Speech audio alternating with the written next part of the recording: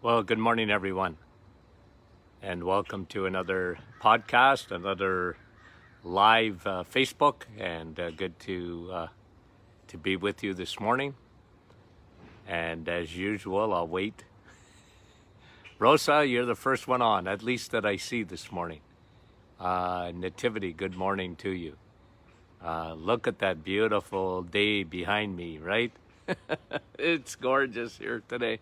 Jeanette, good morning, and Shelley, good morning to you. Jerry, really appreciate people joining us. Newfoundland, Bonnie, how are you?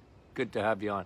And St. John's from the Newfoundland, Carrie, Yalaun from the Valley, and Heather, Diane, bonjour, and good to have you guys on. Say hello to Jean for me. Evangeline, and hold on here, let me see. From Cape Breton, how are you, Evangeline? We really appreciate you guys coming on. And from Winchester, Heather, good to have you on.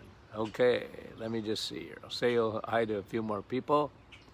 And Tamanetla, Elaine, and Lynn, bon matin. Is that Lynn Laraine? Okay, just going to adjust this camera a little wee bit. There we go. Okay, Donna, how are you? Okay. And Mahmoud Mahmuda. Good morning, Mahmuda. Now, where are you from, Mahmuda? Tell us. Okay, Lucy and Lee, how are you? Julie, Nick, you guys are great. Keith, good morning. Jerry from North Hartley, Quebec. And from coast to coast, guys, all around the world, we're thrilled. Okay, big crowd on this morning. We love that. Okay, let us get started. You know what we're going to do today? We're going to do everything probiotic, okay? So when you hear the word probiotic, you know what that is. Good bacteria. And we talked yesterday, and as we went through autism, that there's a big battle. I've never seen an autistic child that didn't have leaky gut. What is leaky gut? Is when you have that little lining. You got two things going on in your gut. You got a lining that is so thin, it's a one little layer, cell layer of epithelial cells. They're just little wee cells, and they're the barrier between your gut and your blood. And then throughout your gut and everywhere you have mucosa. Mucosa is starting to get popular, isn't it? That word mucosa, because with COVID, they're talking about the mucosa in your mouth, your sinuses, your eyes, and this is why they're saying, you know, we need to wear a mask because you don't want to be spreading any of these viruses through your mucosa. Okay, but your mucosa, if you analyze it, is full of bacteria. There's good guys in there and there's bad guys in there. Your good guys are your probiotic. Pro. Good, okay? They're on your side. And this is, what I want to talk to you about is very specific this morning. But we'll go into some detail about a new study that came out on probiotics. Now, there's been a few negative studies on probiotics, but usually they're dismissed pretty quickly because, you know, you just only have to study bacteria for a little bit to realize you better have a lot of good bacteria in your body. And there's a major war going on. So we talked about that in autism, and the baby, you know, either by antibiotics or even we talked about C-sections and that yesterday. So it'll be kind of interesting to look at stuff like that. And this is usually what is missed in medicine, in my opinion. This is missed because you know, it's hard to teach an old dog new tricks. It is. It's hard to get thinking changed. I don't know, when I look at even this whole thing on COVID, and I pontificated about this on an earlier podcast, is that when you let infectious disease doctors, God bless them, okay, public health official doctors, their infectious disease is everything to them. It's everything. And for the first time in their history, they were able to close the world down. And what I was saying the other day is, like, where's the rest of medicine? We talked about mental health. We talked about all this. But where is the rest of medicine, even the ones that know about the immune system? Nobody's talking about that. One of your greatest defenses in your immune system is your probiotics, your friendly bacteria. And I'm going to bring out a study this morning that shows the significance of that the amount, because here's a question that I got on, I think it was Monday. I got a very good question from someone in our Martin Clinic Facebook group. And they asked a very good question. They said, Dr. Martin, when is it time that I can stop taking probiotics? They've seemed to really help me, but can I stop taking them because I want to just take prebiotics? And listen, if you would have got me maybe 15 years ago, okay, 15 years ago, if I would have been doing podcasts at the time. Now, I was doing a radio show at the time, but not a podcast. But if you would have asked me that question, I said, well, look, just make sure that, a couple of times a year that you're taking probiotics. And, you can get off for a period of time. You know what? The Martin Clinic did a 180. We did a 180 about 10, 15 years ago. And we now agree, and the more we know, the more we tell you this. If you are going to do anything in terms of supplements, you need to take a probiotic. You need to take a probiotic. Because you're losing friendly bacteria every day. We know much more. Of course, I've always talked about the double-edged sword of antibiotics, that they kill your friendly bacteria. But here's what we also know. If you're on a bad diet, if you are eating sugar, you're feeding your bad guys. Your bad guys love sugar, especially yeast. If you are consuming vegetable oils, go in the middle aisles of your grocery store. Almost everything that's in a package, from chips to crackers to cookies to, if they're in a package, they're made with vegetable oil. Now, it sounds good, vegetable oils, but they're not. And they're not vegetables. They're seed oils. They're made with canola. They're made with safflower. And these are made in a lab, guys. Okay? So they're made in a lab. They weren't originally meant for it. They were cottonseed oils. And they were for manufacturing. But they ended up in our food system, and they were called PUFAs, polyunsaturated fatty acids. Okay, polyunsaturated fatty acids. You know what we know about those polyunsaturated fatty acids? And you know why? They got a lot of ink. You know why? Like margarine. Why did they get a lot of ink? Because the food industry said, well, this is good for you because it doesn't have bad fats. Like bad fats to them were bacon, butter, steak.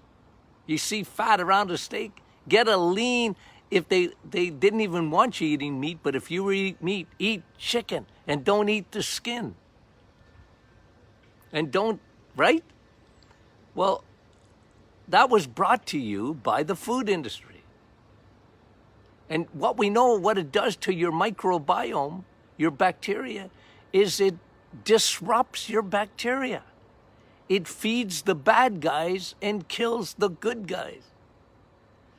Because we live in a crazy world, all these chemicals. They destroy friendly bacteria, so you need to constantly replace them. Now, the question, too, part of it was, can I just take a prebiotic? Well, a good probiotic will have prebiotics in it. FOS, fructooligosaccharides. We add them to the probiotic. But no, because you need, like prebiotics are like a fertilizer on your lawn. They feed the good bacteria. Nothing wrong with that. It's actually good for you. But you need to constantly replace these bacteria. But let me just go through this study. It's incredible, because what they're saying is even better than a prebiotic are the blend of probiotics that you use. So let me give you an example. The best known probiotic is acidophilus, right? You've heard of that, acidophilus. So if you have a yogurt, they'll say, well, there's acidophilus in it. There ain't much. You know why? Because in order for yogurt to be put on a shelf, to be sold in a grocery store, it has to be pasteurized. Well, you know what that is? That's adding heat to the yogurt at 1200 degrees. That's what pasteurization does. It's meant to kill salmonella and other things like that. And I get it, the food industry, the government makes them do it. Well, what's the problem with that? What's the problem with pasteurization? Well, you kill all the good bacteria. There's nothing left. So don't, people say, oh, doc, I'm just going to have yogurt. Yeah, don't do that. Because yogurt's man-made. Why? Because they pasteurize it. Like if you got a cow in the backyard and you culture the milk that's coming out of the cow, that's okay. That's good for you. You're going to have a lot of bacteria there, a lot of good guys, a lot of acidophilus. But acidophilus, just remember, okay, it's one bacteria and it's the primary probiotic. It really is the primary probiotic, okay? And acidophilus is good. Don't rely on yogurt. But acidophilus on its own, no. Because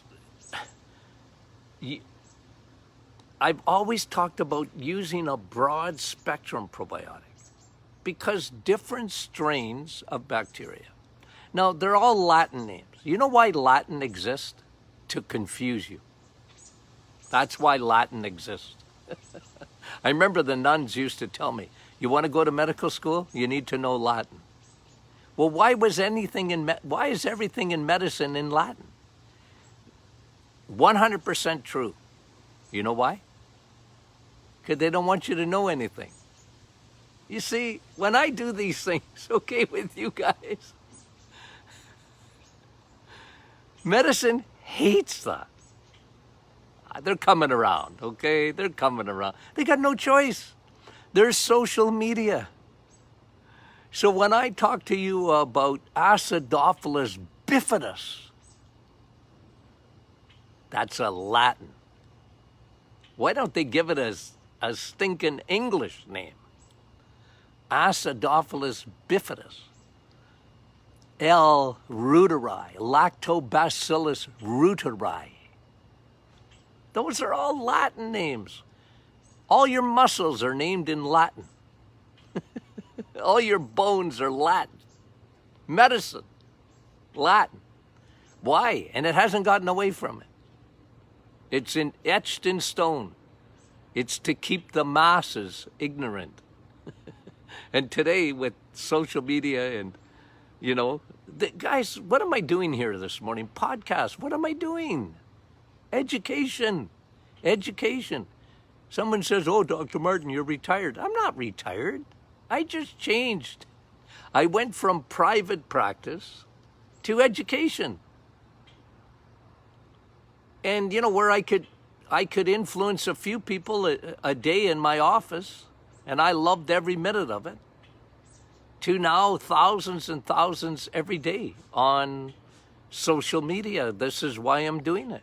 I enjoy this. I enjoy teaching. I want people to understand things. I'm controversial. I get it. Well, anything that when you challenge the normal thinking in medicine, there's some people that don't like it.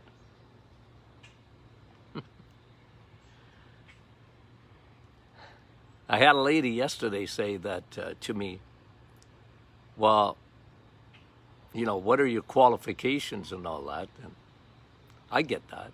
I said, but why are you asking? Well, I want to know whether I should follow you or not. I said, just listen to one of my podcasts. I'm not hiding. I do a podcast 5 days a week. It's not like I'm hiding. It's all over the internet. It's all over Facebook. You want to find out about me? Just listen. And if you don't like it, well, don't listen. We live in a free country. Right? You don't have to listen. But guys, what they're showing about bacteria now is that not only that the bacteria has its own DNA, that bacteria is like bacteria, the actual microbiome is like its own organ. And it goes from mostly in the gut, but goes to your brain, goes to wherever you have mucus. It goes on your skin. It goes into every organ, and especially your lungs and your sinuses. This is really important. It's really important. And what they're showing is, like, acidophilus is wonderful. It is. It's a very good probiotic, and you need it. But what they're showing is when you combine acidophilus, okay, because acidophilus on its own can kill, let's say, ladies, you understand this, an E. coli. You know what E. coli? The 99% of your urinary tract, if you ever get an infection, is E. coli. Acidophilus is good for that. The problem is, acidophilus will multiply, and E. coli will be destroyed, not just by acidophilus. Acidophilus it gets in there first, but if you combine acidophilus, if you combine it with L. reuteri, L. rhamnosus, L. longum, they've shown in this study that those become bacteriophages or phages, Phage. And what they do is they help the acidophilus multiply, and they beat down that E. coli. So do you think probiotics are intelligent? They have their own intelligence. It's incredible. You can't even see them. You can barely see them with an electron microscope. And they're on their way doing unbelievable stuff. Unbelievable. In combinations. So, we hardly knew this. Like, if you go back, and I've been talking about probiotics for, oh my word, I remember the first time I talked to a farmer about probiotics, They were already using them in their feed. And I said, well, I want you to put that in a capsule for me. If it's good for the cows, it's got to be good for us. I remember bacteria talking about that. It's been around a long time, of course, probiotics, where people were talking about them, but it never got any ink. You know, because people used to make their own yogurts and culture their own yogurts and that. That was good. Those were good things. I remember doing that back in the 1970s.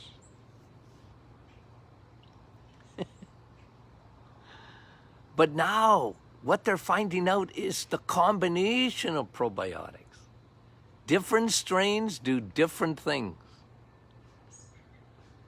L. reuteri, for example, and L. rhamnosus are two of the greatest fungal killers that you can get. This is why when I talk about leaky gut, when I was talking yesterday about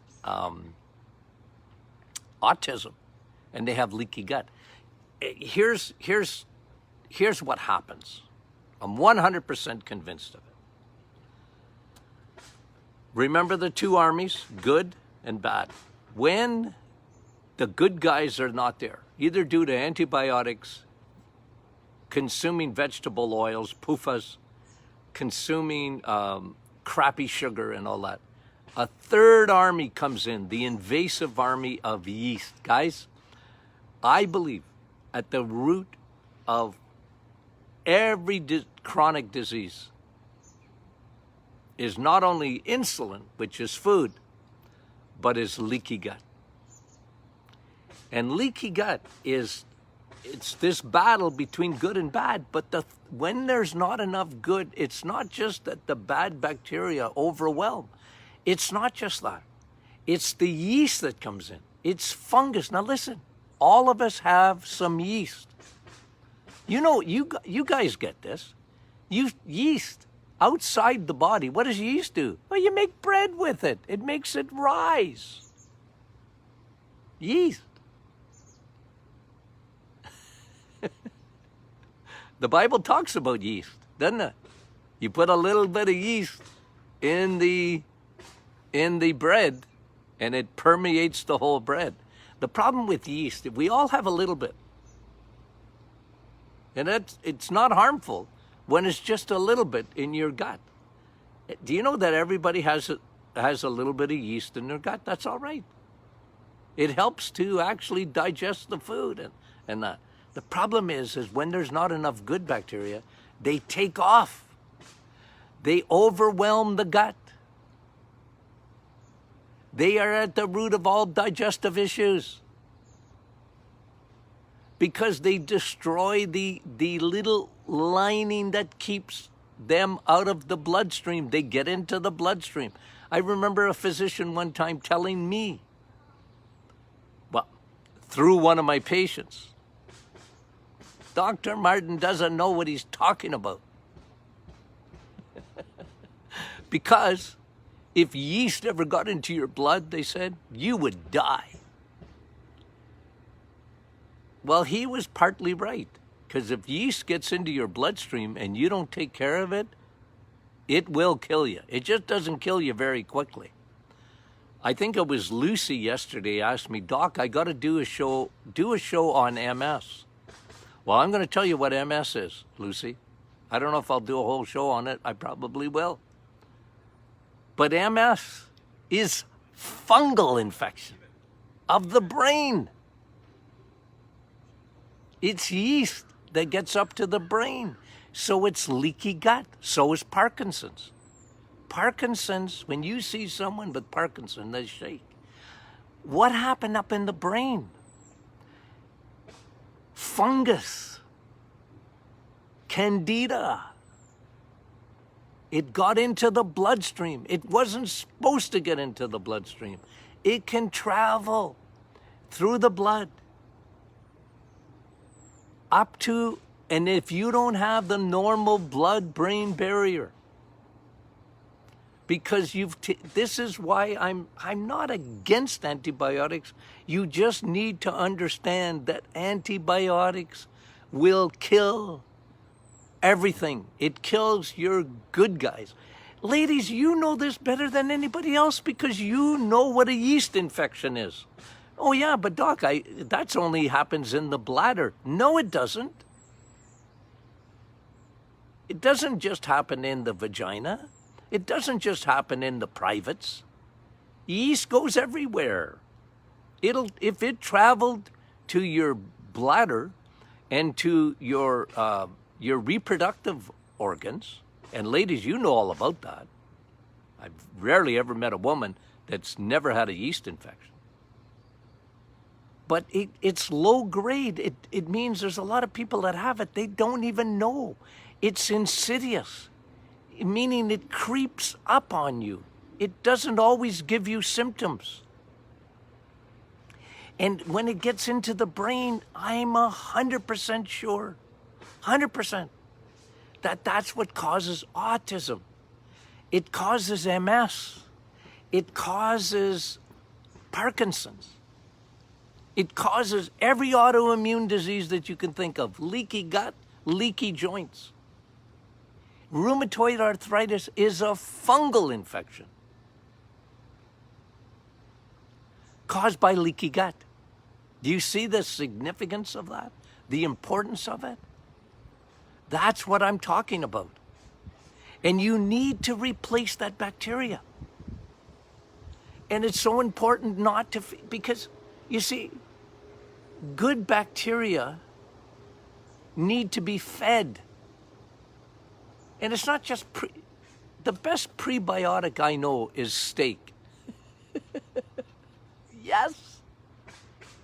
Good bacteria feed on good things.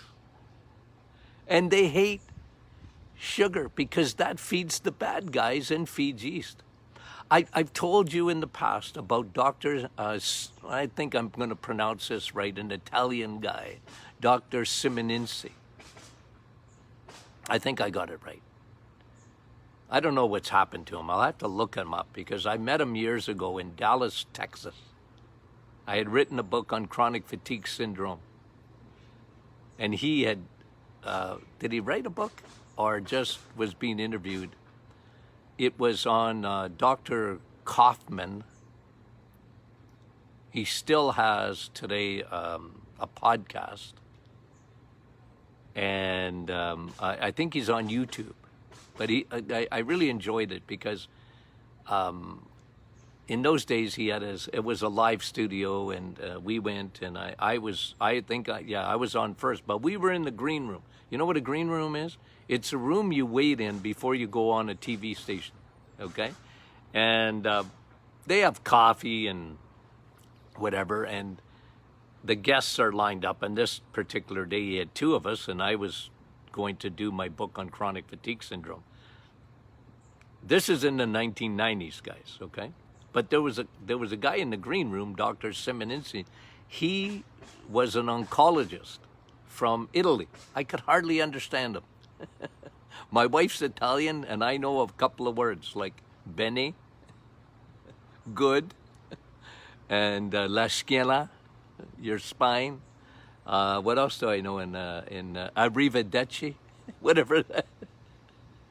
That's in a song, so I knew that. But I didn't know much Italian, but he was speaking to me in English, but he had a real thick accent.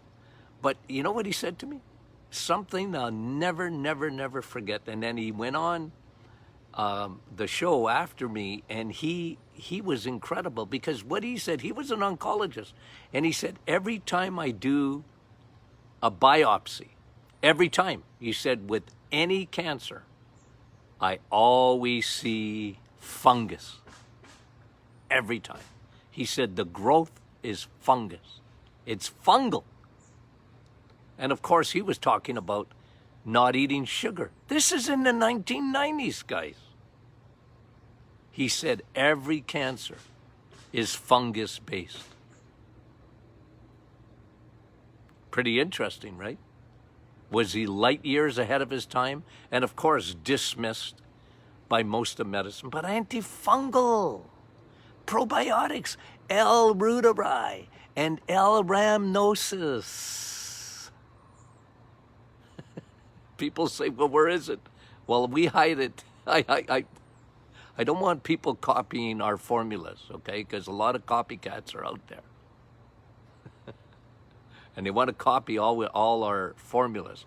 Hey, those are our formulas. And we try and throw people off by not giving them, exactly how we do it.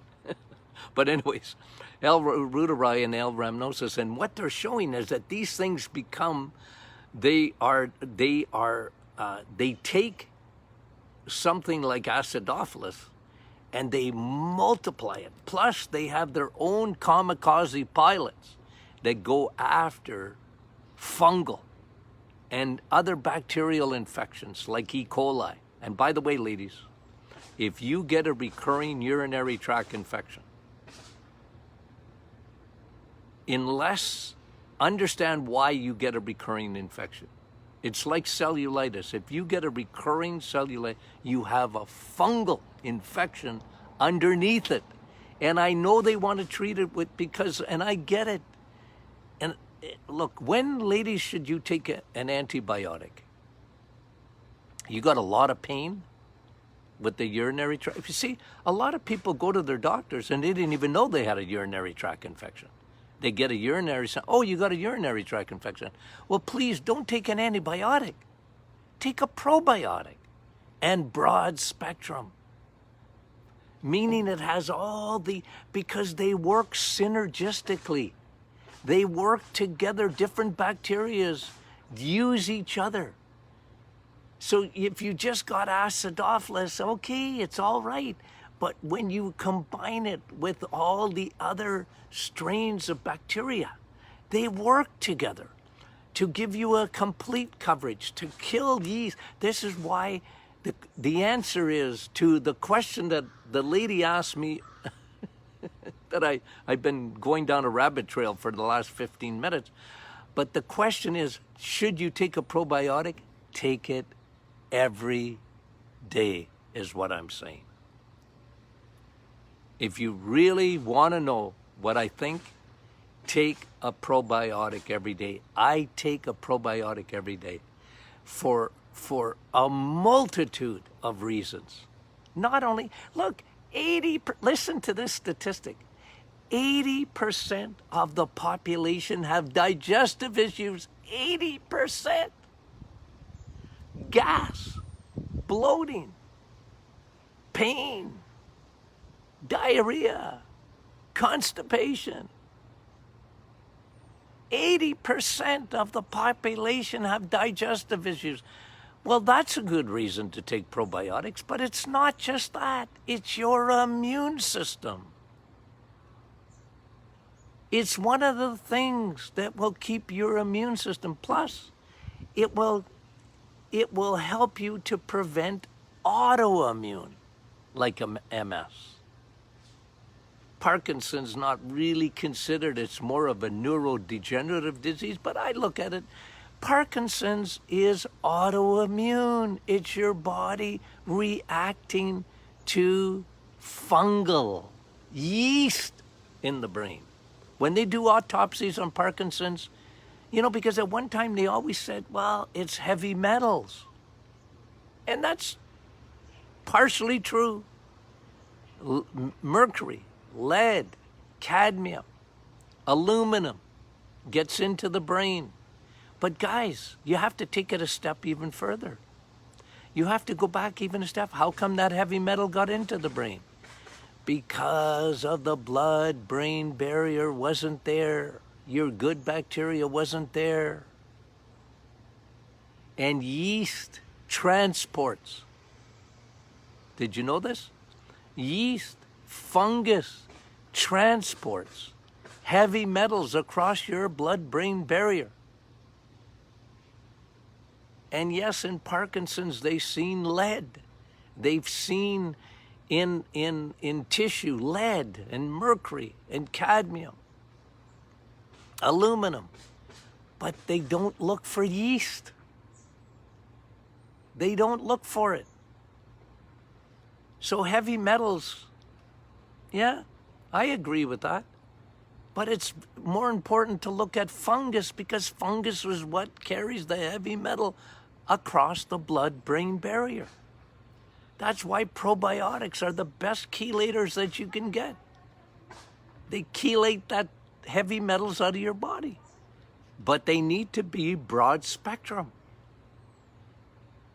because acidophilus won't do it. Acidophilus on its own cannot kill yeast. It needs the combination. Broad spectrum probiotics.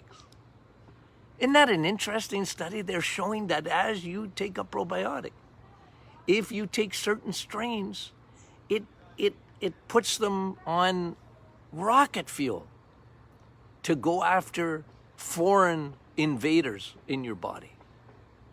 Beautiful. It's amazing. You see, this is why, like, even in the early, tribes and things like that, if you look back, those probiotics, and the best probiotic, by the way, the best probiotic are made in the soil. Go get your hands dirty. You know how they talk about wash your hands, wash your hands, wash your hands, wash your hands. Don't touch your face and this and that. Because infectious disease doctors, you understand it.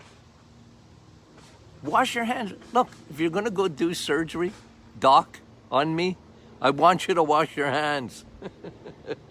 You're going to go into an open wound. You're going to cut me open, and I want you to wash your hands. And I'm not telling you not to wash your hands, guys, okay? But don't over-clean. Don't over-clean. It's good to get a little bit of dirt in the fingernails. They're bacteria. They're on your side. Soil probiotics. That's why we use soil probiotics. They last forever, by the way, and you don't have to refrigerate them. But it's not only that. Soil, it takes them.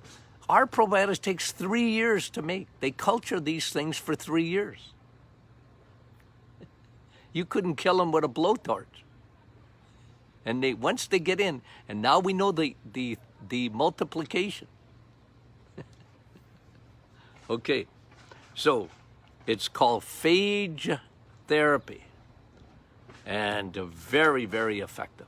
Okay, now, again, Friday is question and answer Friday, and get your questions in. We'll answer all your questions Friday. Share this with your friends, okay? And if you're not a member of our private Facebook group, I think we're up to 8,000 or 9,000, I think, maybe 10. Join that group, okay? We love that. And we really appreciate it. Okay, so I got some good things coming tomorrow too. I mean, there's some new things coming out in studies that just been blowing me away. So I'm looking forward to sharing that with you tomorrow and in the future, okay? So talk to you soon. Love you guys.